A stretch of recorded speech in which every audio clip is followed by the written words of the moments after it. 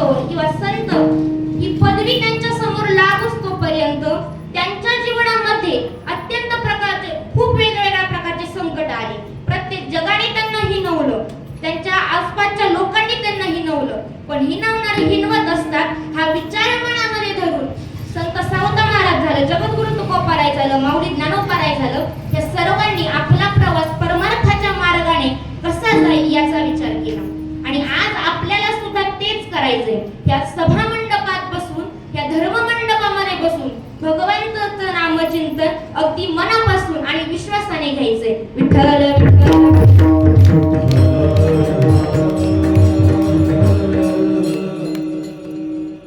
तसं जर बघायला गेलं, नामस्मरण घेणं ही खूप मोठी गोष्ट नाहीये. आता का मोठं काही करावं लागतं नामस्मरण घ्यायला? मोठा आ करावा लागतो का? किंवा एखादा दगड उचलावा लागतो का? नाही उचलावा लागत. म्हणजे नामस्मरण हे घेणं खूप सोपं आहे, परंतु ते आपल्यासारख्यांच्या मुखामध्ये पटकन येत नाही. आणि त्याचाच मार्ग आपल्याला जगद्गुरु तुकोबाराय सांगतात. जगद्गुरु तुकोबाराय सांगतात, तुम्ही जर सतत भगवंताचं नामचिंतन केलं तरच तुमच्या चित्ताला काय मिळेल? समाधान मिळेल. सदा नाम घोष करू हरी कथा तेणे सदा चित्ता समाधान. म्हणजे अभंगाच्या प्रथम चरणामध्ये जगद्गुरु तुकोबाराय सांगतात, आपलं चित्त जर का आपल्याला एका ठिकाणी आणायचं असेल तर आपल्याला काय करावं लागेल? भगवंताचं नामचिंतन करावं लागेल. पण भगवंताचं नामचिंतन करत असताना आपल्या मनामध्ये त्याच्याविषयी भक्ती असणं फार गरजेचं आहे. कारण ज्याच्या मनामध्ये भगवंताविषयी भक्ती असते ना, तो फक्त नामस्मरण करायला योग्य असतो. म्हणजे असं म्हणत नाही की तुम्ही योग्य नाही आहात, तुम्ही योग्य आहात, पण तुमच्या मनामधली भक्ती भगवंताविषयीची जागृत व्हायला हवी. आणि त्यासाठी भक्ती जागृत होण्यासाठी आपल्या अंतःकरणामध्ये विश्वास आणि भावाची जास्त गरज आहे. आपल्या अंतःकरणामध्ये विश्वास आणि भावाची जोड झाली की आपोआप त्यातून भक्तीचं रूपांतर होत असतं आणि माणूस परमार्थाच्या दिशेने लागत असतो. आपण जर बघायला गेलं तर विश्वास हा शब्द किती अक्षरांचा आहे हो? 3.5 अक्षरांचा शब्द आहे. आता इथं लहान पोरं पण नाही, त्यांना लय समजन असं. 3.5 अक्षरांचा शब्द आहे. आणि आपलाच देह जर आपण आपल्या हाताने मोजला तर किती हाताचा भरतो? 3.5 हाताचा भरतो. म्हणजे या 3.5 हाताच्या देहाचं सर्व जीवन 3.5 अक्षराच्या विश्वास नावावर अवलंबून आहे. त्यासाठी विश्वास सगळ्यात पहिल्यांदा माणसाच्या मनामध्ये असला पाहिजे आणि तो कुठे ठेवायचा हे सुद्धा माणसाला कळलं पाहिजे. संतांची पायी हा माझा विश्वास, झालो ते झालो निश्चय दास. संतांच्या पायावर आपण विश्वास ठेवला पाहिजे, कारण भगवंतापर्यंत पोहोचण्याचा मार्ग हा संत आहेत. आज जर आपण बघितलं तर संत सावता महाराजांची पुण्यतिथी आहे. संत सावता महाराजांच्या पुण्यतिथीच्या दिवशी एवढं सुंदर रमणीय वातावरण आहे, निसर्ग सुद्धा आपल्याला साथ देतोय. मग तुमच्या चेहऱ्यावर 12 का वाजले? कोणी हसत नाही, काही नाही, नीट टाळ्या वाजवत नाही. योग्य वेळी टाळ्या वाजवा, कुठं पण वाजवू नका. म्हणजे मला तुम्हाला सांगायचे, सगळ्यांनी फ्रेश मूड मध्ये बसा. आपल्याला काही 1-2 तास सेवा करायची आणि मग काही दिंडी निघणार आहे. पण जोपर्यंत आपण मंडपामध्ये आहोत तोपर्यंत तरी कीर्तन करायला सुद्धा आणि भगवंताला सुद्धा आपला अभिमान वाटला पाहिजे. अशी चेहरे घेऊन आपण बसलो पाहिजे. विठ्ठल विठ्ठल.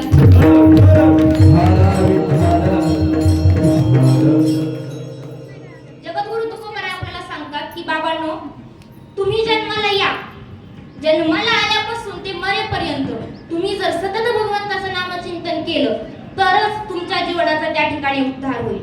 कारण कलियुगा माझी करावे कीर्तन तेने नारायण देईल भेटी. कलियुगामध्ये आपला उद्धार जर आपल्याला करून घ्यायचा असेल ना तर त्या ठिकाणी आपल्याला भगवंताचं नामचिंतन करावं लागेल. जगद्गुरु तुकोबाराय सांगतात की तुम्ही भगवंताचं नामचिंतन करा, ते एकाग्र चित्तेने करा. जो व्यक्ती एकाग्र चित्तेने भगवंताचं नामस्मरण करतो तो भगवंताला प्रिय असतो. म्हणजे चित्तामध्ये सुद्धा काय असलं पाहिजे? आपल्या समाधान असलं पाहिजे. त्या ठिकाणी आपल्या चित्तामध्ये जर समाधान नसेल तर आपण कोणतीही गोष्ट करू शकत नाही. आता एखादं जर ते काम व्यावहारिक असू द्या नाहीतर प्रापंचिक असू द्या किंवा पारमार्थिक असू द्या, चित्त असेल तरच मनुष्य त्याचं काम नीट करू शकतो. आपण जर बघितलं, विद्यार्थी शाळेत शिकायला जातात, आपण आपल्या मुलांना शाळेमध्ये शिकायला घालतो.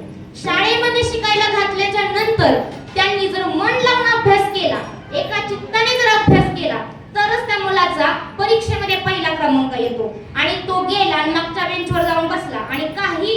केलं नाही तर त्याचा पहिला नंबर येणार आहे का? नाही येणार. म्हणजे आपल्या मनामध्ये, आपल्या मनात जर आपलं चित्त एकाग्र असेल ना, तरच आपलं भगवान, आपण घेतलेलं भगवंताचं नाम हे त्या ठिकाणी उत्कृष्ट असतं. जेव्हा जगद्गुरु तुकोबराय एकदा भंडार आपल्या भामना डोंगरावरती गेलेले होते, एकाग्र चित्तेने जगद्गुरु तुकोबराय नामस्मरण करत होते. त्या ठिकाणी त्यांच्याच गावातला एक म्हातारा माणूस तिथे आला आणि तो म्हणाला, जगद्गुरु तुकोबरायांना म्हणाला. आता त्या काळचं जर बघितलं तर जगद्गुरु तुकोबराय हे डॉक्टरच होते असं समजायचं. मनुष्याला तारुण जाण्याचा उपदेश जगद्गुरु तुकोबराय यांनी केलेला आहे. काय झालं, तो आला आणि जगद्गुरु तुकोबरायांना म्हणाला की बाबा, माझ्यावर खूप मोठं संकट पडलेलं आहे. तेव्हा जगद्गुरु तुकोबराय म्हणाले की असं कोणतं संकट तुझ्यावर पडलेलं आहे? तेव्हा ते बाबा म्हणाले की जगद्गुरु तुकोबरायांना म्हणाले, मी माझ्या जन्मापासून ते आतापर्यंत माझं जसा मी मोठा झालोय तसा सगळा माझा देह मी फक्त कामामध्ये व्यतीत केलेला आहे, फक्त काम केलेलं आहे. माझ्या लेकरांचं चांगलं व्हावं, त्यांना चांगल्या नोकऱ्या लागाव्यात, त्यांची लग्न व्हावी, त्यांना बायका मुलं व्हावी, मुलं व्हावी, त्यांची लग्न होऊन त्यांचा संसार सुरळीत चालावा, ह्यासाठी मी पहिल्यापासून खूप कष्ट घेतलं. पण काय करू, ज्यांच्यासाठी मी लहानपणापासून कष्ट घेतलं किंवा मोठा झाल्यापासून, ते लहान असल्यापासून मी कष्ट घेतलं, ते मुलं आज माझं कोणीही ऐकत नाही. त्या ठिकाणी ते आज मला सतत विचारत सुद्धा नाहीत की बाबा तुम्ही जेवलात का? तेव्हा तुकोबराय सांगतात, बाबा, मनुष्य जन्माला येताना काही घेऊन येत नाही आणि जाताना बरोबर काही येत नाही. तर इथं बसलेला आलंय कोण? म्हणजे घेऊन जाणार आणि घेऊन येणार असं नाहीये. मनुष्य येताना काही घेऊन येत नाही आणि जाताना सोबत काही नेत नाही. मग तू ज्यांना माझं माझं म्हणतोस, जर बघितलं आपण खऱ्या अर्थाने जर बघितलं तर हा सगळा काय आहे? मायाजाळ आहे. संसार दुःख मूळ, चहूकडे विंगळ, विश्रांती नाही कोठे, रात्रंदिवस तळमळ.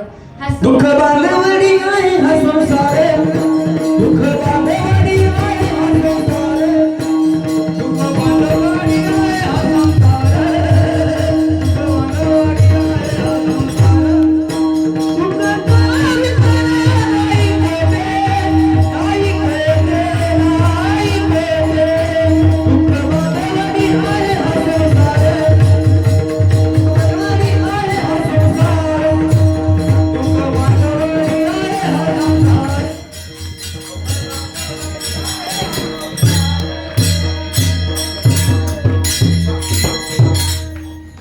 बांधवडी आहे हा संसार, सुखाचा विचार नाही कोठे.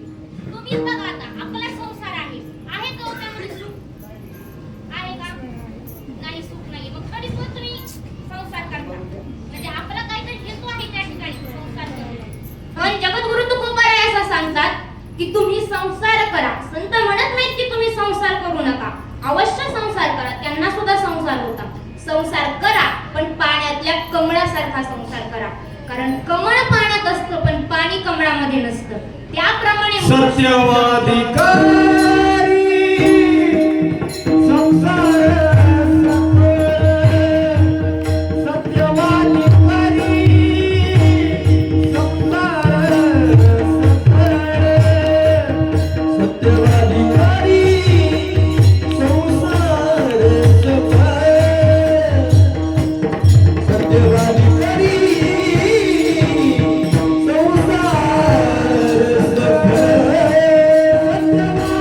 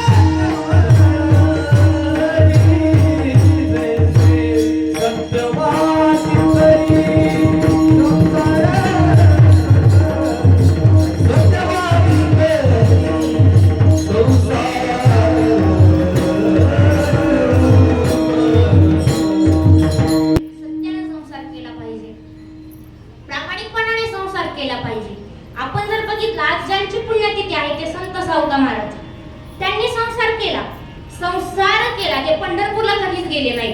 अख्ख्या जीवनामध्ये त्यांनी कधीच पंढरपूरला ते गेले नाही. आषाढीला गेले नाही, कार्तिकीला गेले नाही. एवढे मोठमोठे उत्सव होते. आता पंढरपूर काही लांब आहे का आरणगावापासून? अजिबात नाही. पण ते कधीच पंढरपूरला गेले नाही. समोर जे होतं त्यालाच भक्ती मांडलं आणि आपलं संपूर्ण आयुष्य आपल्या शेतामळ्यामध्ये त्यांनी त्या ठिकाणी व्यतीत केलं. असे संत सावता महाराज होते. त्यासाठी आपण सुद्धा संसार करायचा, परंतु कामामध्ये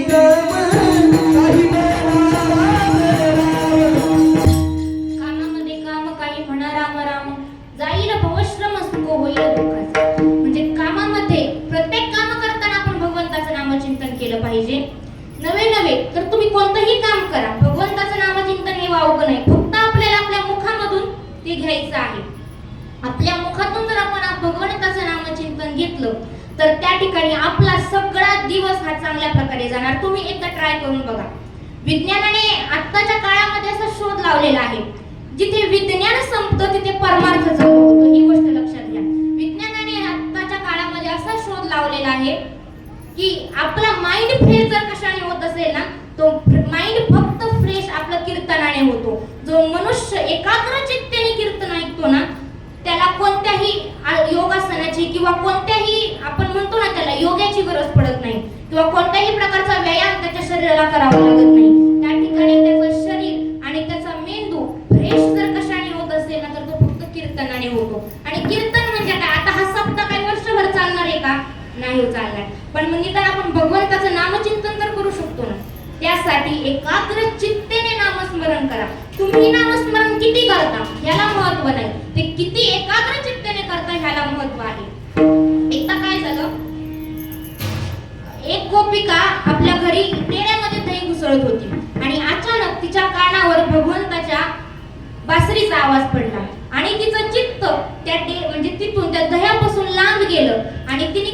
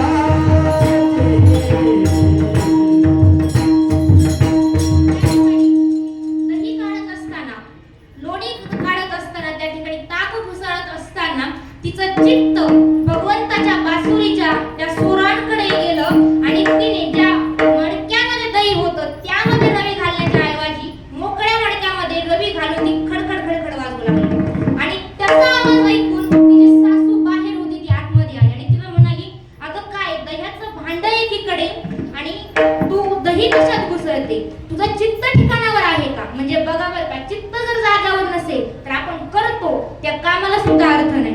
आणि मग तिच्या लक्षात आलं की अरे बाबा, आपलं चित्त जागेवर नाही, आपण दुसऱ्याच ठिकाणी काय करतो आहोत तर ते ताक घुसळत आहोत. म्हणजे अशा प्रकारे तिचं चित्त जागेवर नव्हतं. परत तिच्याच बाबतीत दुसरा म्हणजे घटना अशी घडली. तिच्या आता उन्हाळ्याचे दिवस होते आणि कैरीचं लोणचं तिच्या सासूने केलेलं होतं. कैरीचं लोणचं तिच्या सासूने केल्याच्या नंतर काय झालं, सासू तिच्या सुनबाईला म्हणली, हे सुनबाई, ही परणी उचल आणि काय कर, त्या शिंक्यावर नेऊन ठेव. असं म्हणाल्याच्या नंतर तिच्या मुलीचं नाव होतं हरणी आणि तिच्या काकीला हरणी होती. एका साईडला हरणी आणि एका हातात परणी होती. ती चालू लागल्याच्या नंतर भगवान श्रीकृष्ण बॉल खेळत खेळत तिथे त्यांच्या सवंगड्यांसह तिथं दारात येऊन उभा राहिले. दारात येऊन उभा राहिल्याच्या नंतर त्या सावळ्या सुंदर मेघश्यामाला पाहिल्याच्या नंतर त्या गोपिकेचं काय झालं, लक्ष विचलित झालं. तिचं चित्त ठिकाणावर राहिलं नाही. आणि काय झालं, तिने काय करायचं, शिंक्यावर बरणी मांडण्याच्या ऐवजी तिने शिंक्यावर हरणीच मांडून ठेवली आणि बरणी काकेला घेऊन परत सासूबाईकडे आली आणि सासूबाईला लागले. सासूबाई म्हणली नीट बघ तुझ्या काखेला बरणी आहे का, आपला हरणी आहे का बरणी आहे. आणि मग तिने बघते तर काय, तर तिच्या काखेला काय होती, बरणी होती आणि हरणी शिंक्यावर होती. तिची सासू म्हणाली आज तुला झालंय नेमकं काय, तुझं चित्त ठिकाणावर नाहीये, एवढं मोठं तुझं चित्त, तर गेलंय कुठं तुझं चित्त, असं का करायला लागलीस तू. तेव्हा ती सुनबाई म्हणाली काय करू सासूबाई, जेव्हा हे नंदाचं पोरग वासुरी वाजवतं, जेव्हा नंदाचं पोरग आमच्या समोर येतं ना, तेव्हा आमचं चित्त जाग्यावरच नसतं, देहुडा चरणी वाजवितो वेळ, गोपिका रमण स्वामी माझा. म्हणजे त्या ठिकाणी गोपिकांचं चित्त सुद्धा हरीने माझे हरिले चित्त भारवित विसरले. म्हणजे त्या ठिकाणी गोपिकांचं चित्त सुद्धा हरवलेलं होतं. आणि हे चित्त जर एकाग्र कशाने होत असेल ना, तर त्यासाठी आपल्याला फक्त आणि फक्त भगवंताचं नामचिंतन करावं लागेल. अभंगाच्या पहिले सदा नाम घोष करू हरी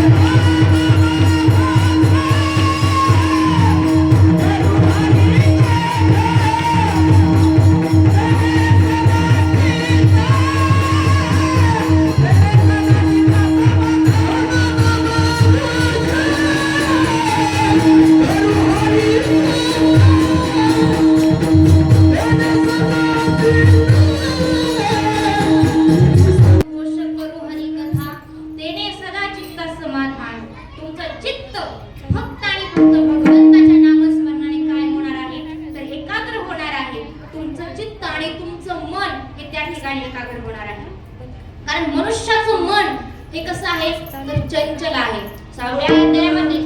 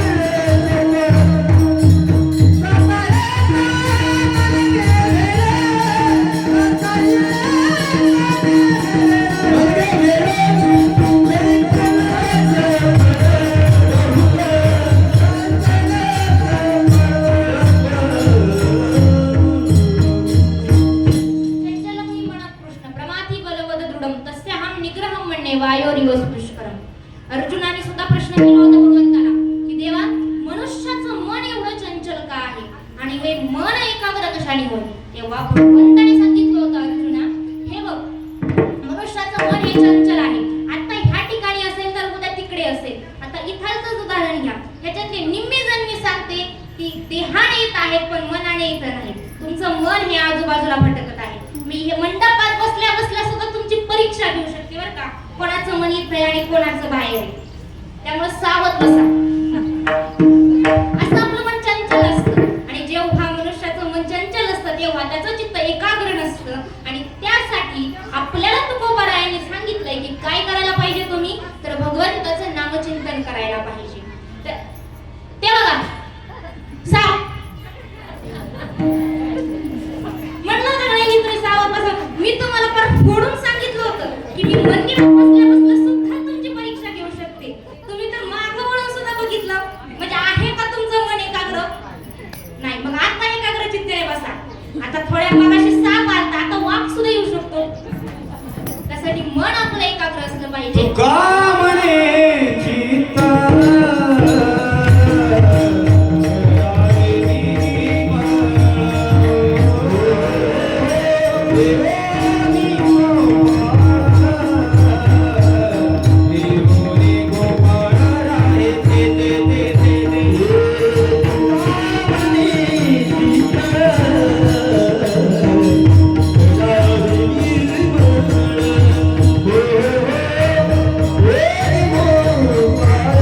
चित्त हे एकाग्र असलं पाहिजे.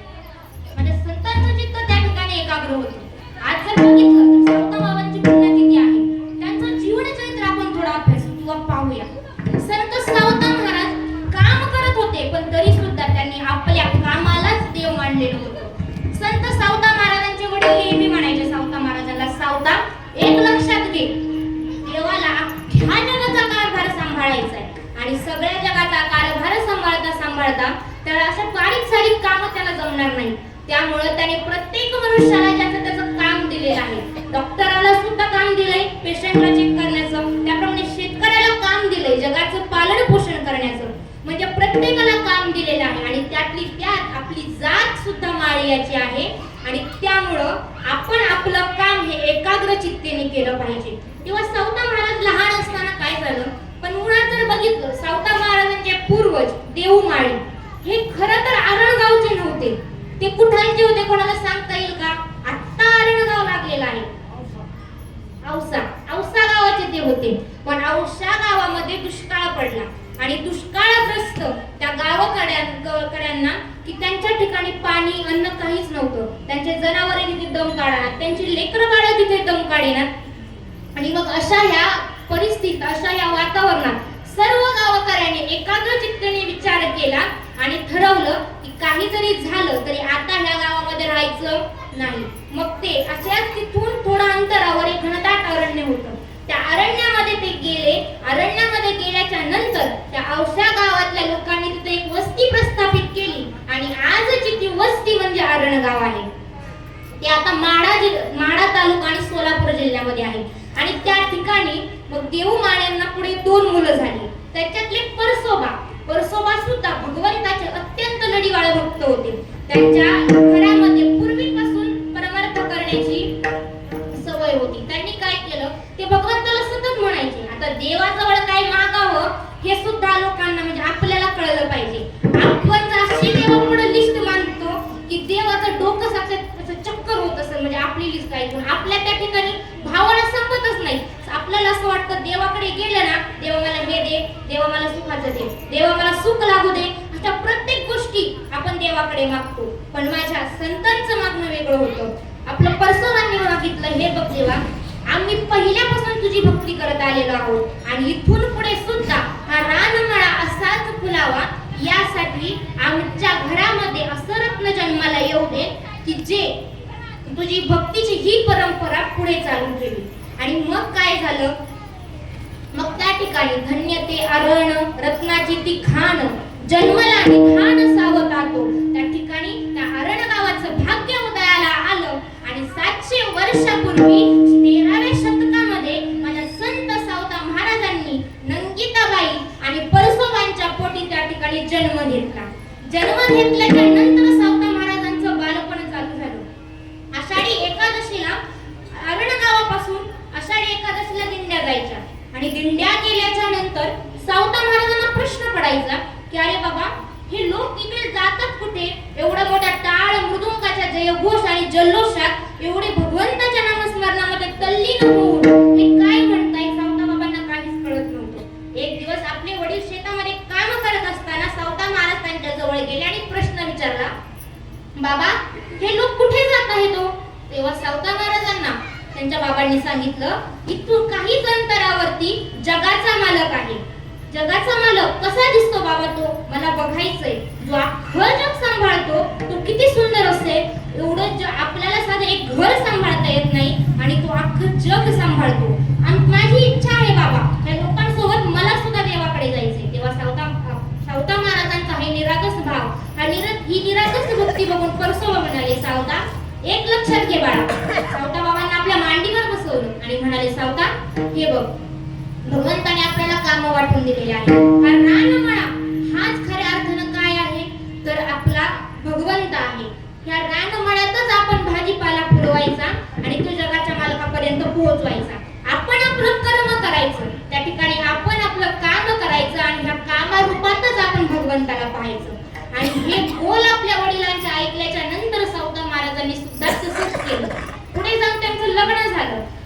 भेंडी गावातील जनाई तिच्याशी सावताबाबांचं लग्न झालं आणि लग्न झाल्याच्या नंतर कालांतराने त्यांना एक अपत्य झालं आणि त्या अपत्याचं नाव होतं नागूबाई. त्यांच्या सावता महाराजांच्या लेकीचं हे नाव होतं. आता वडीलच असे म्हणल्यावर लेक सुद्धा तशीच असणार सावता महाराजांची.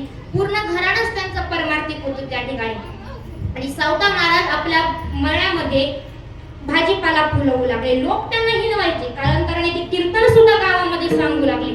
लोक त्यांना हिनवू लागले की अरे तू कीर्तन सांगतोस, आम्हाला उपदेश करतोस आणि तू पंढरपूरला जात नाहीस, कधीच तुला बघितलं नाही पंढरपूरला जाताना. तेव्हा सावता महाराज गप्प बसायचे आणि आपलं काम चालू ठेवायचे. कालांतराने सावता महाराज म्हणाले, बाबांना तुम्हाला एक सांगू का, जर बघितलं ना तर हा कांदा मुळा भाजी कांदा मुळा भाजी कांदा मुळा भाजी कांदा मुळा भाजी कांदा मुळा भाजी अवघी मिठाई माझी अवघी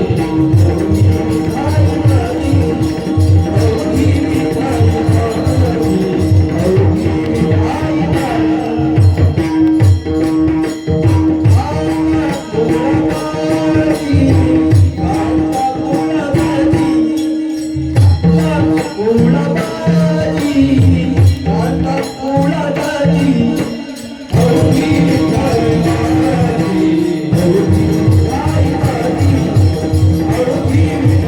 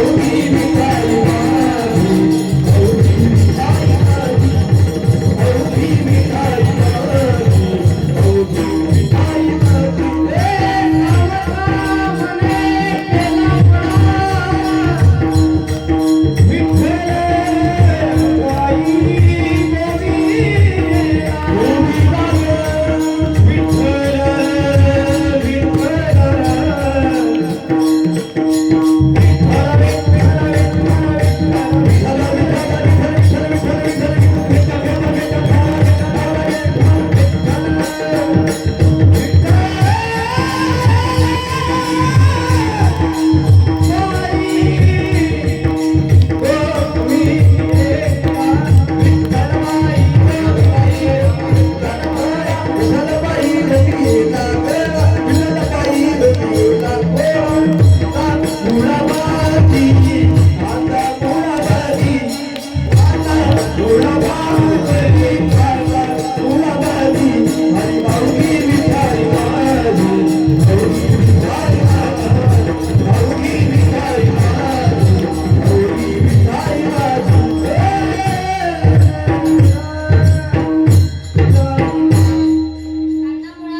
अवघी मिठाई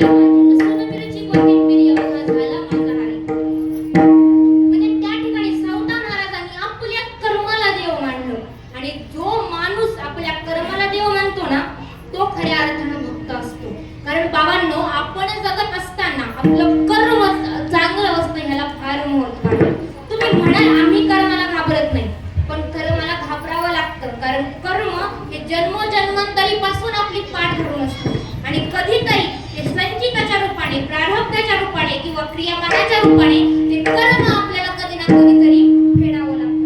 आता जर कर्माचं उदाहरण घ्यायचं झालं तर तुम्हाला एक सांगू का, आता मध्ये लाडकी बहीण योजना निघाली. काय मुख्यमंत्र्याच्या बहिणी निघली नाही लाडकी बहीण योजना.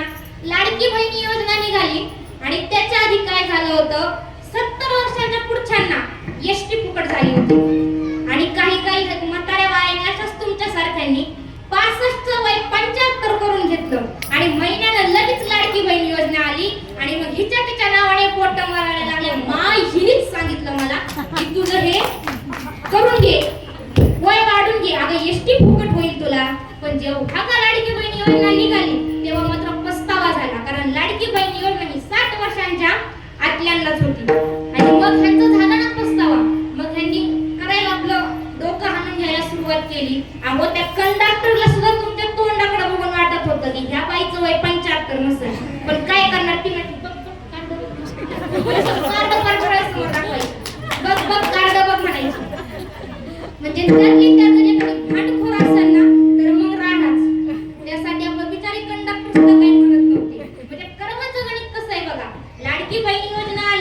आणि ते फुकट एसटीचे म्हणजे बसची ती योजना आली, म्हणजे तिथं सुद्धा कर्माने घेरलं. त्यासाठी कर्म हे माणसाला कधीच सुटत नाही. कर्म कधी ना कधीतरी फेडावंच लागतं. केले कर्म झाले त्याची भोगा आली, उपजले मेले ऐसे किती. आपला जन्म जर कशासाठी होत असेल ना तर तो कर्म फेडण्यासाठी होतो. आणि माझ्या सावता महाराजांनी काय केलं, आपल्या कर्माला खऱ्या अर्थानं देव मानलं. तुम्हाला एक सांगू का, मनुष्याचं कर्म, मनुष्याची पाठ ही कधीच सोडत नाही. लक्षात घ्या, कारण आपण जर आपल्या पूर्वजन्मामध्ये काहीतरी वाईट केलं असेल ना तर ते कर्म ह्या जन्मामध्ये आपल्याला नक्कीच फेडावं लागतं. आपण जर उदाहरण घेतलं, त्या ठिकाणी राजा दशरथाचं उदाहरण जर आपण घेतलं तर राजा दशरथ हा एवढा मोठा चक्रवर्ती सम्राट होता, अख्ख्या भारत खंडाचा तो राजा होता. आणि एवढंच नाही तर जगाच्या मालकाचा बाप त्या ठिकाणी होता. पण त्याने काय केलं, श्वापदासाठी आपल्याला शिकारीला गेल्याच्या नंतर त्याने श्वापद म्हणून निरागस श्रावण बाळाचा त्या ठिकाणी मृत्यू झाला. त्याच्या हातून त्या ठिकाणी बाण लागून आपल्या श्रावण बाळाचा मृत्यू झाला. आणि श्रावण बाळाच्या आई वडिलांनी त्याला शाप दिला की बाबा, ज्याप्रमाणे आमचा मृत्यू पुत्र वियोगाने होईल त्याचप्रमाणे तुझाही मृत्यू पुत्र वियोगाने होईल. पण एवढं लक्षात घ्या, कारण पुत्र त्यावेळेस राजा दशरथाला मुलं नव्हते. त्या शापामधून राजा दशरथाची एक गोष्ट लक्षात आली, ह्याचाच अर्थ मला काय होणार आहे, मुलं होणार आहेत. राजा दशरथ मुलांच्यासाठी तो यज्ञ करणार होता आणि यज्ञ केला, पुत्र कामेष्टी यज्ञ तो त्या ठिकाणी करणार होता. आणि त्यासाठी राजा दशरथाला शिकार करायला सांगितलेली होती. आणि आपलं अचानक राजा दशरथाच्या हातून त्या ठिकाणी एका श्वापदाचं मरण न होता एका मनुष्याचं त्या ठिकाणी मरण झालं. आणि विराहाने त्या ठिकाणी श्रावण बाळाच्या आई वडिलांनी दुःख वियोगामध्ये राजा दशरथाला शाप दिला. आणि तोच शाप पुढे काही कालांतराने भगवान प्रभू रामचंद्रांचा जन्म झाला.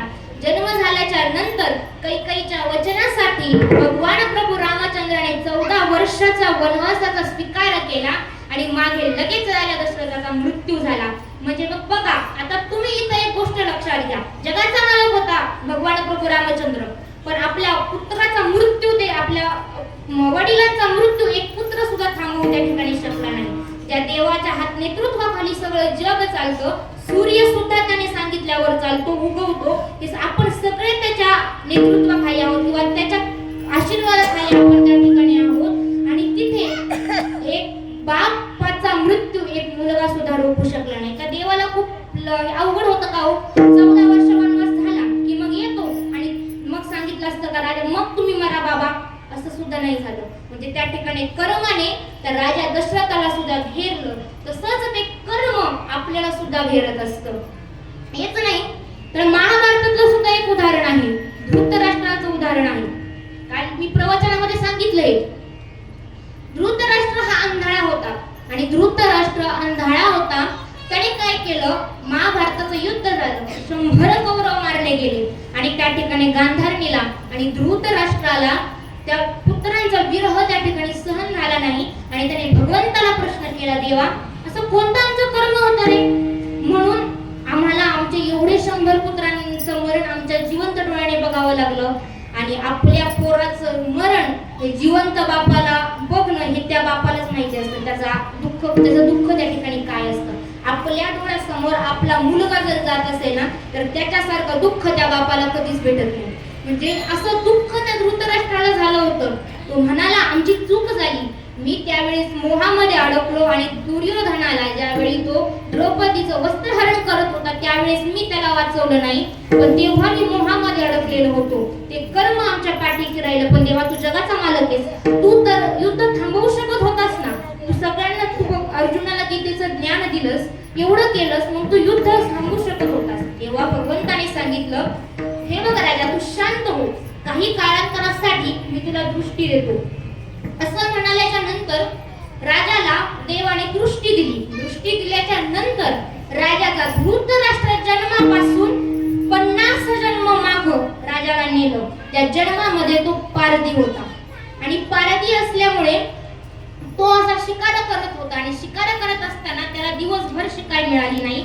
आणि जाताना एक असं मोठं झाड होतं आणि त्या झाडावर 100 पिल्लं, पक्ष्यांची पिल्लं होती, त्या ठिकाणी अंडी होती. काही झाली होती, काही होणार होती. आणि त्या जंगलामध्ये जो त्या 100 पिल्लांचा पक्षी बाप होता ना, तो पक्षी आणि त्यांची आई त्या ठिकाणी होती. त्याने काय केलं त्या पारध्याने, लक्षात घ्या, तो धृतराष्ट्र होता. आपल्या तीरातला बाण काढला, त्यावर अग्नीचा मंत्र म्हटला आणि तो बाण सर्व दिशेने त्या झाडावर सोडला. झाडावर सोडल्या क्षणी त्या झाडाला धडधड अशी चिता लागली, त्या ठिकाणी अग्नी लागला. अग्नी लागल्याच्या नंतर त्या झाडावर जेवढे 100 पिल्ल होते, जेवढे पक्ष्याची ती 100 अंडी होती, त्या सर्वांचा त्या ठिकाणी जागीच मृत्यू झाला आणि तो बाप पक्षी आंधळा झाला. आणि हे कर्म धृतराष्ट्राची योग्य वेळेची वाट बघत होतं. हे कर्म त्याने क्रियमान कर्म केलेलं होतं, पण त्या जन्मामध्ये त्याला 100 मुलं होणं हे काही शक्य नव्हतं. म्हणून कर्म योग्य वेळेची वाट बघत होतं आणि कर्माने योग्य वेळेची वाट बघितली आणि वाट बघितल्याच्या नंतर धृतराष्ट्राच्या जन्मामध्ये त्याला 100 मुलं झाले. आणि अचानक त्या कर्माने धृतराष्ट्रावर घावा घातला आणि एका युद्धामध्ये धृतराष्ट्राच्या चितेला अग्नी द्यायला एक सुद्धा मुलगा शिल्लक राहिला नाही. त्याचे 100 मुलं त्या महाभारताच्या युद्धामध्ये मारले गेले. म्हणजे एवढा मोठा, इतकी कर्माची गती घन आहे. त्यासाठी सगळ्यात पहिल्यांदा जीवन जगत असताना मनुष्याने विचार केला पाहिजे, पाऊल टाकताना विचार केला पाहिजे की आपलं पाऊल कुठे घसरत तर नाही ना, आपण चुकीच्या ठिकाणी जर चाललो नाही ना. त्यासाठी मनुष्याने सगळ्यात अगोदर कर्म चांगलं केलं पाहिजे. ज्याचं कर्म चांगलं त्या मनुष्याचं जीवन नक्कीच सफल होतं. आणि अशा कर्माला माझ्या सावता महाराजांनी देव मानलं होतं. सावता सागर प्रेमाचे आगर दरी घेतला अवतार माळ्या घरी. म्हणजे सावता महाराजांनी त्या ठिकाणी माळ्या घरी अवतार घेतला आणि त्यांनी त्यांच्या जीवनाचा उद्धार करून त्या ठिकाणी घेतला. सावता महाराजांच्या जीवनामध्ये कठीण प्रसंग खूप आले हो. अहो, साक्षात आपली छाती फाडून घ्यावी लागली आणि भगवंताला त्यामध्ये हे सामावून घ्यावं लागलं. धन्य त्याची माता, धन्य त्याचा पिता, साठविला तातात त्रैलोक्याचा. ज्यावेळी नामदेव महाराजांना गर्व झाला, माझ्यासारखा श्रेष्ठ भक्त या जगामध्ये कोणी नाही, त्यावेळी भगवंताने ठरवलं नामदेवाचा गर्व हरण करावं. कारण जिथं अभिमान येतो तिथं परमार्थ कधीच घडत नाही. असं म्हणाल्याच्या नंतर नामदेव महाराजांकडून खूप कार्य घडून घ्यायची होती देवाला. आणि आत्ताच जर का नामदेव महाराजांना गर्व आला, गर्व आल्याच्या नंतर गर्वाने माणूस पार सगळं विसरून जातो. आणि गर्व आल्यावर नामदेवाचं पाऊल जर चुकीचं पडलं तर काय होईल ह्याचा विचार भगवंताने केला आणि भगवंताने ठरवलं आता काय करायचं, नामदेवाची परीक्षा घ्यायची. परीक्षा घेत असताना भगवंत काय केलं, आपल्या मंदिरातून भगवंत बाहेर गेले आणि बाहेर गेल्याच्या नंतर नामदेव महाराज काकड आरतीला आले आणि बघितलं की अरे काकड आरतीची वेळ आणि भगवंत इथे मंदिरामध्ये नाही, ह्या गाभाऱ्यामध्ये नाही, देव गेला कुठे. त्यावेळी त्यांच्यासोबत माऊली ज्ञानोबराय होते. माऊली ज्ञानोबरायांच्या लक्षात आलं की देव कुठे गेला असेल. असं लक्षात आल्याच्या नंतर नामदेवरायांना माऊली म्हणाले, घाबरू नको नामा, मी नेतो तिथे तू चल. ज्या वाटेवरून तुळशी पात्राचा आणि चंदनाचा सुगंधी वास येईल त्या ठिकाणी आपण जाऊ आणि आपण गेल्याच्या नंतर जिथे तो वास संपेल त्या ठिकाणी समजायचं भगवंत आहे. असं म्हणाल्याच्या नंतर हे गणकाट्या जंगलामधून चालायला लागले. नामदेवराय म्हणाले, आजपर्यंत असं कधीच झालं नाही. आज भगवंत साक्षात तिथून कुठे निघून गेला. मी सांगतो तसं भगवंत ऐकतो. माझ्या हातची खीर भगवंताने खाल्ली असा गर्व माझ्या नामदेवरायांना आला होता. आणि असं झाल्याच्या नंतर भगवान परमात्मा थेट गेले आरणगावी, जिथे माझे सावता बाबा त्यांच्या मळ्यामध्ये भगवंताचं नामचिंतन करत होते. चिंतन करत असताना त्या ठिकाणी एवढा चंदनाचा आणि तुळशी पात्राचा सुगंधी घमघमाट वास कुठून येतोय हा विचार सावता महाराजांनी केला आणि डोळे उघडले आपले आणि बघितलं तर अरे साक्षात त्यांच्या मागे जगाचा मालक उभा होता. ज्याला सावता महाराजांना बघण्याची लहानपणापासून इच्छा होती, त्या सावता महाराजांसमोर साक्षात पंढरीचा भगवान परमात्मा उभा होता. सावता महाराजांचा आनंद त्यावेळी गगनात मावत नव्हता. आणि असा आनंद सावता महाराजांचा गगनात मावत नसताना त्यांच्या डोळ्यामधून अश्रुधारा वाहू लागल्या आणि त्यांनी भगवंताच्या चरणावर नतमस्तक झाले. त्यांना साष्टांग दंडवत घातलं आणि त्या ठिकाणी साष्टांग दंडवत घातल्याच्या नंतर सावता महाराजांचे डोळे पुसत भगवान परमात्मा म्हणाले, सावता माझ्या पाठीमागे 4 चोर लागले. तेव्हा सावता महाराज म्हणाले, आता बघा बरं का देवाची लीला, ज्याने 10 वर्ष गोकुळामध्ये चोऱ्या केल्या त्याच्या पाठीमागे खरोखर देव लागतील का? खोटा बहाणा सांगितला. सावत्या माझ्या मागे 2 चोर लागले आणि तू मला अशा ठिकाणी लपव की जिथे मला कोणीही हुडकून काढू शकत नाही. त्यावेळी सावता महाराज म्हणाले, देवा अरे मग त्यात काय वावग आहे, मी तुला आत्ता पण सावता महाराज म्हणाले, भगवंत म्हणाले तुझ्या ह्या भाजीच्या माळ्यामध्ये मला तर सहज ते चोर हुडकून काढतील रे, अशा कोणत्या ठिकाणी तू मला लपवणार आहेस. त्यावेळी सावता महाराजांनी जवळ असलेला विळा घेतला. विळा घेतल्याच्या नंतर तो सपकन आपल्या छातीवर लावला आणि सरसर सरसर आपली छाती फाडली आणि सांगितलं, देवा तुला जर कुठं बसायचंच असेल ना तर माझ्या हृदयामध्ये जाऊन बस. आणि त्या ठिकाणी हृदय बंदी खाना केला, हृदय बंदी खाना केला,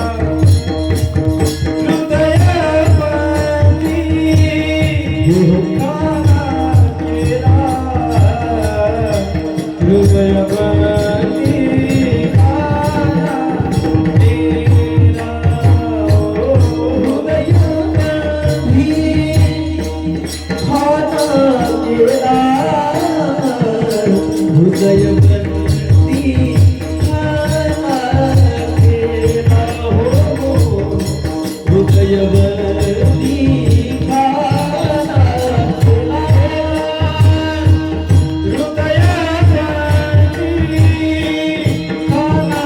केला, हृदय बंदी खाना केला,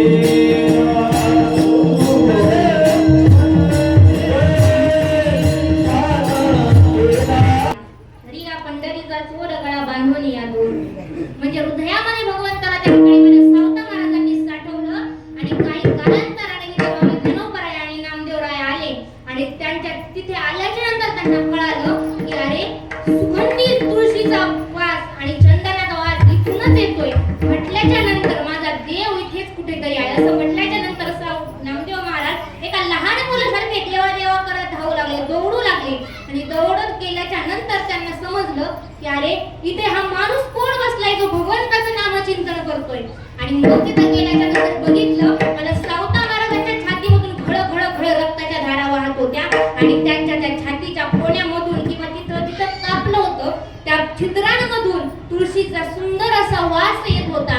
आणि मग माझ्या माऊली ज्ञानोबरायाने अंतर्ज्ञानानं जाणलं आणि बघितलं, सांगितलं, नामा आपला देव दुसरे तिसरीकडे कुठे नसून तो साक्षात सावताच्या हृदयामध्ये आहे. सावत्याने त्याला आपल्या हृदयामध्ये साठवून ठेवलेला आहे. आणि मला असं वाटतं की सावता सारखा श्रेष्ठ भक्त ह्या जगामध्ये नाही. श्रेष्ठ होते पण त्या ठिकाणी त्यांना गर्व आला होता, त्या ठिकाणी त्यांना अभिमान झाला होता. आणि त्यांचं गर्व हरण करण्यासाठी माझ्या भगवंताने हा पाढा रचला आणि माझ्या सावता महाराजांची श्रेष्ठत्वा या जगाला दाखवून दिली. आणि सांगितलं की नामा हे बघ. आणि मग त्याच ठिकाणी नामदेवराय म्हणतात, नामा म्हणे जन्म त्याचा सफल झाला, वंश उद्धारीला माडी याचा. माझ्या सावता महाराजांनी त्या ठिकाणी त्यांच्या जीवनाचा उद्धार करून घेतला. तसं जर बघायला गेलं ना अख्खी संत माझ्या भगवंताला भेटायला आजही पंढरपूरला जातात. पण आज सुद्धा माझे सावता महाराज पंढरपूरला जात नाही. साक्षात भगवान परमात्म्याची पालखी कोट्यावधी लोकांसहित आज आरणगाव मध्ये आहे. एवढा श्रेष्ठ भक्त माझे सावता महाराज आहेत. म्हणजे भक्तीच जर करायची असेल ना केलीच तर माझ्या सावता महाराजांसारखी करा. बघा चक्रवर्ती माऊली ज्ञानोबराय आहेत, त्याच प्रकारे विश्वगुरु निवृत्तीनाथ आहेत, जगद्गुरु तुकोबराय आहेत, शांतीप्रभू एकनाथ महाराज आहेत. पण संत शिरोमणी सावता महाराज आहेत. कारण सगळ्या संतांच्या मुकुटातील शिरोमणी जर कोण असेल ना तर ते माझे भक्त आणि फक्त माझे सावता बाबा आहेत. म्हणजे एवढे श्रेष्ठ माझे सावता महाराज. आणि अशी भक्ती सावता महाराजांनी केली. आपलं काम करत असताना भगवंताचं नामचिंतन केलं. आणि तुकोबराय म्हणतात त्याप्रमाणे सर्व ज्याप्रमाणे नामस्मरणाने त्यांना सुखाची प्राप्ती झाली. आणि अलंकार घालून माझे तुकोबराय सांगतात की आम्हाला सुख कशाने प्राप्त होत नाही, आम्हाला सुख फक्त आणि फक्त भगवंताच्या नामचिंतनाने प्राप्त होतं. आणि एकदा का आम्हाला भगवंताच्या नामचिंतनाने सुखाची प्राप्ती झाली की आम्ही आनंदाने अलंकार घालून निर्भय होऊन डोलू लागतो अभंगाचं दुसरं चरण. सर्व सुखल्यानो सर्व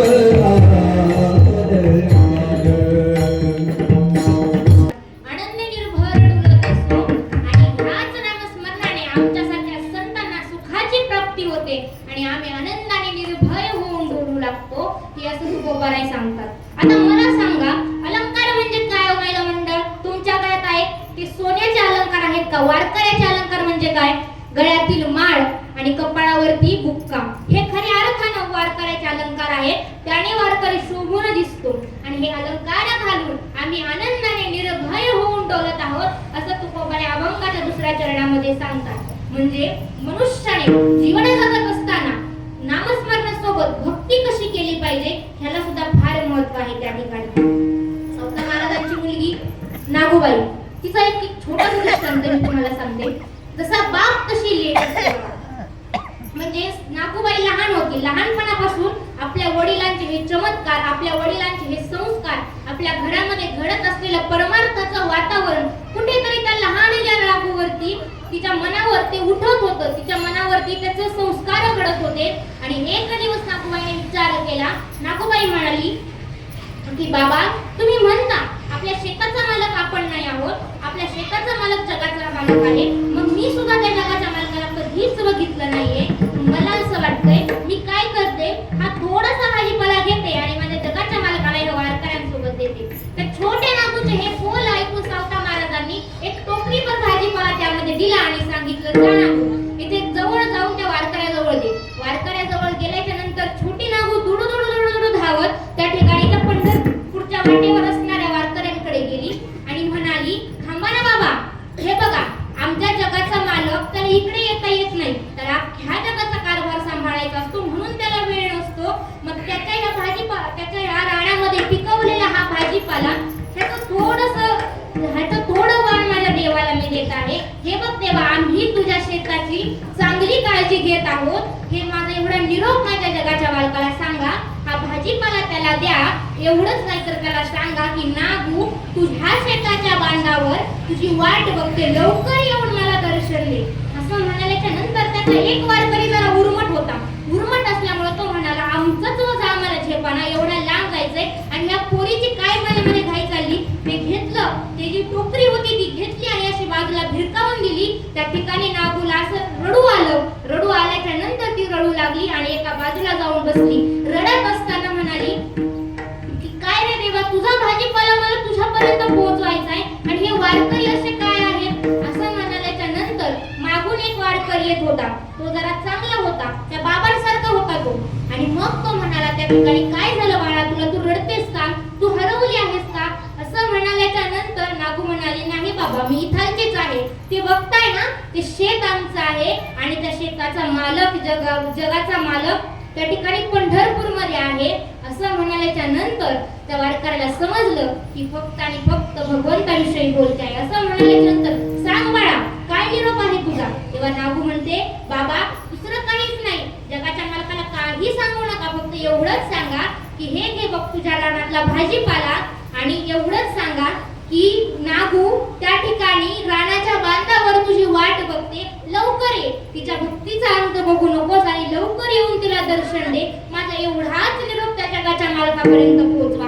असं म्हणाल्याच्या नंतर त्या वारकऱ्याच्या डोळ्यामध्ये त्या ठिकाणी अश्रू आले. अरे एवढंच ते लेकरू आणि तिला सुद्धा किती मोठा भाव तिच्या मनामध्ये, किती मोठी भक्ती आहे भगवंताविषयी. असं म्हणाल्याच्या नंतर त्या वारकऱ्याने ती टोकरी घेतली आणि आपल्या पिशवीमध्ये तो भाजीपाला घातला आणि भगवंताच्या दर्शनाला गेला.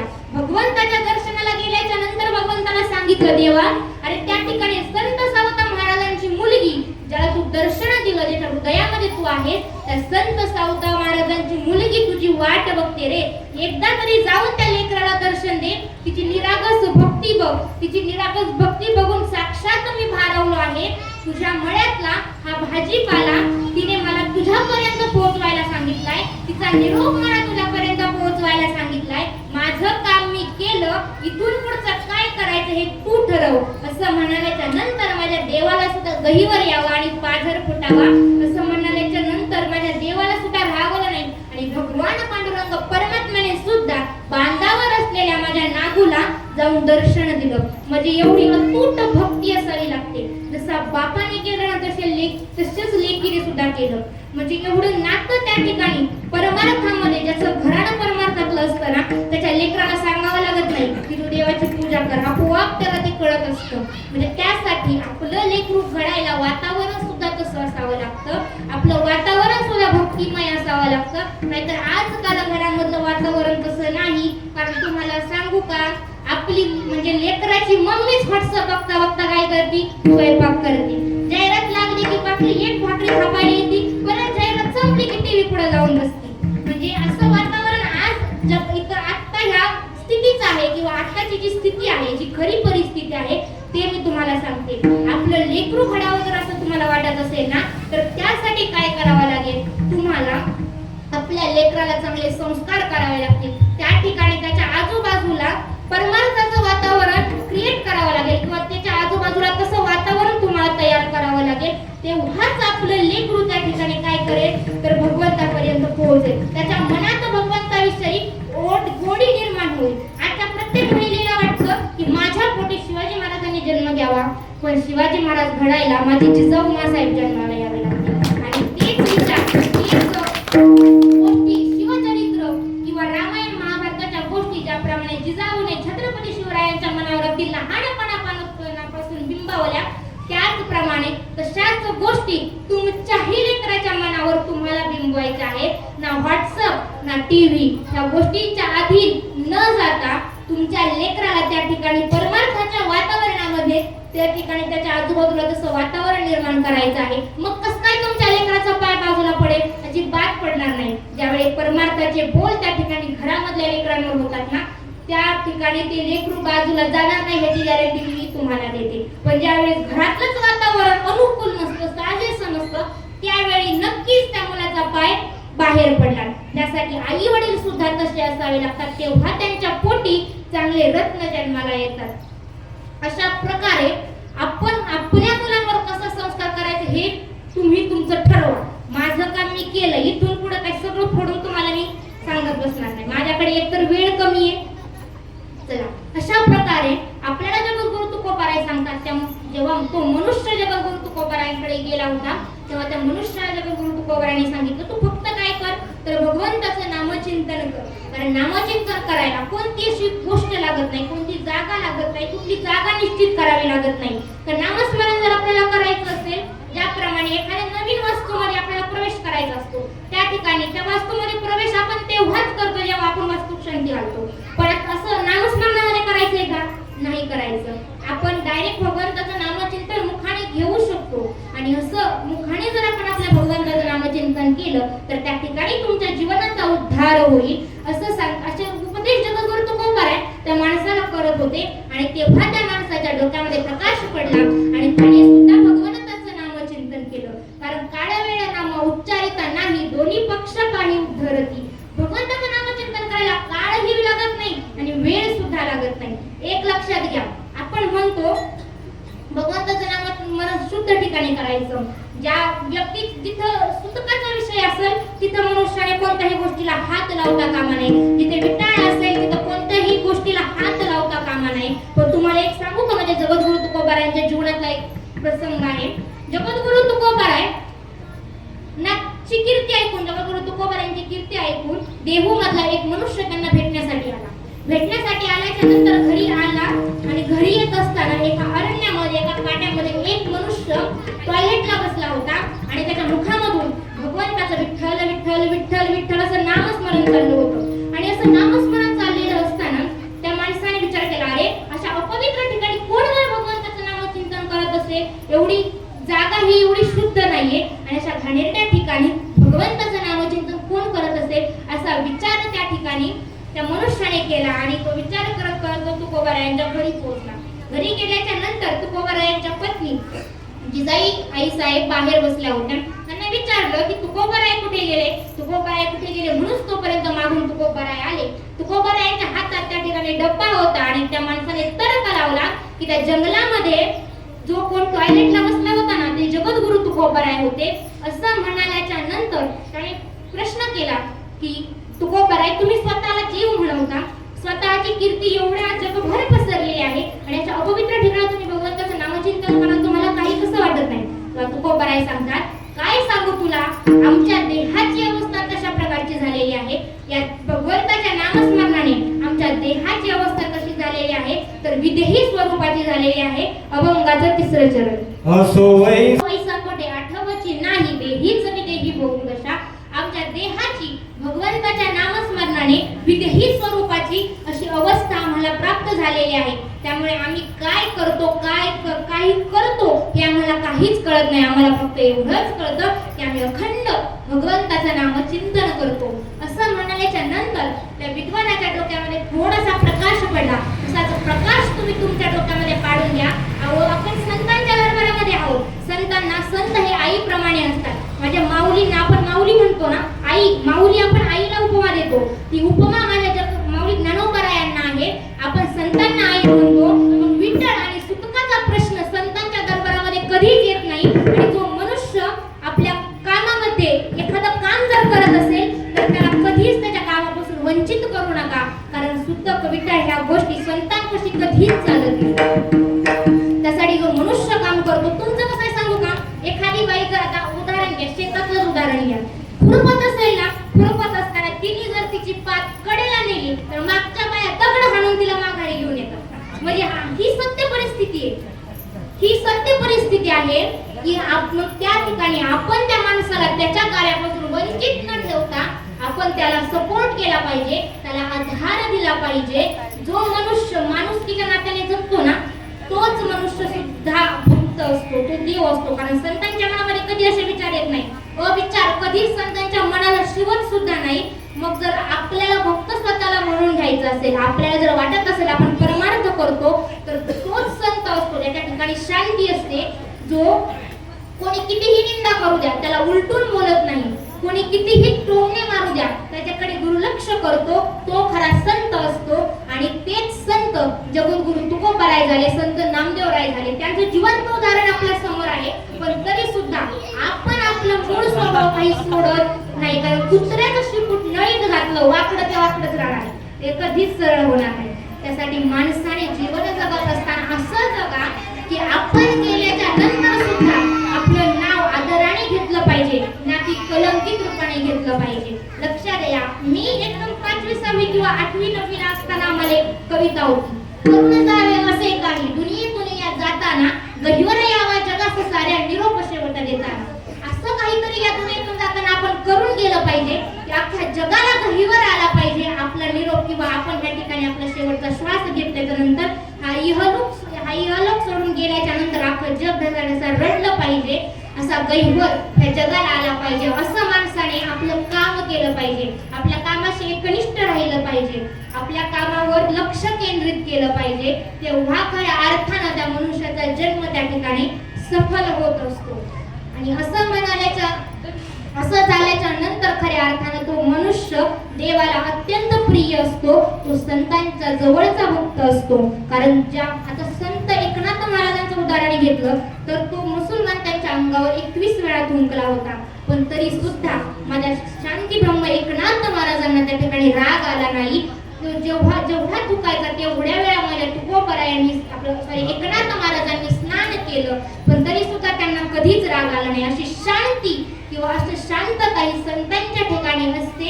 आणि आपण अशाच संतांच्या दरबारामध्ये बसलेलो आहोत. त्यामुळे आपण ठरवायचं की आपण आपलं काम कशा प्रकारे केलं पाहिजे, कोणत्या प्रकारे आपण आपलं काम निभावलं पाहिजे. हे करणं, हे बघा जग काय करतं ह्याच्याशी आपलं घेणं देणं नाही. आपण आपल्या कामाशी किती प्रामाणिक आहोत ना, ह्याला जास्त महत्व आहे.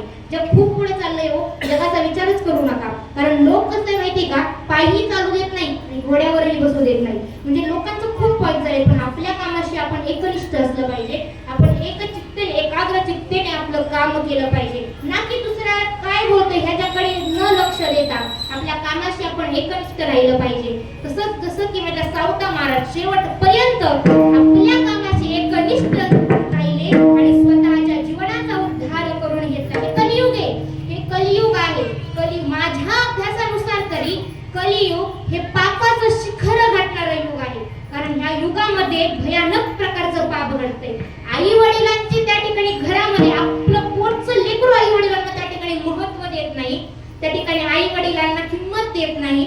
आणि असं पाप, एवढं मोठं पाप या कलियुगामध्ये घडतंय. हे कलियुग आहे. आणि या कलियुगामधून जर आपला उद्धार करायचा असेल ना, तर त्या ठिकाणी आपल्याला भगवंताचं नामचिंतन करावं लागेल. कारण नाम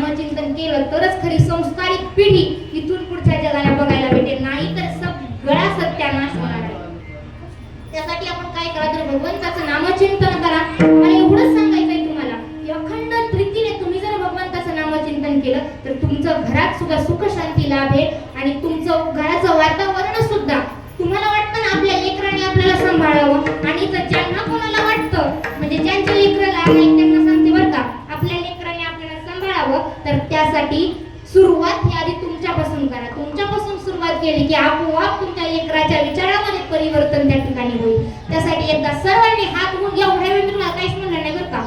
टाळ्या वाजवा, पहिल्यांदा सांगितलं होतं वाजवायचे असेल तर वाजवा, पण आता मात्र सगळ्यांनी हात उंच करायचे नाही. एकदा विठोबा रखुमाईचं गोड चिंतन करायचं.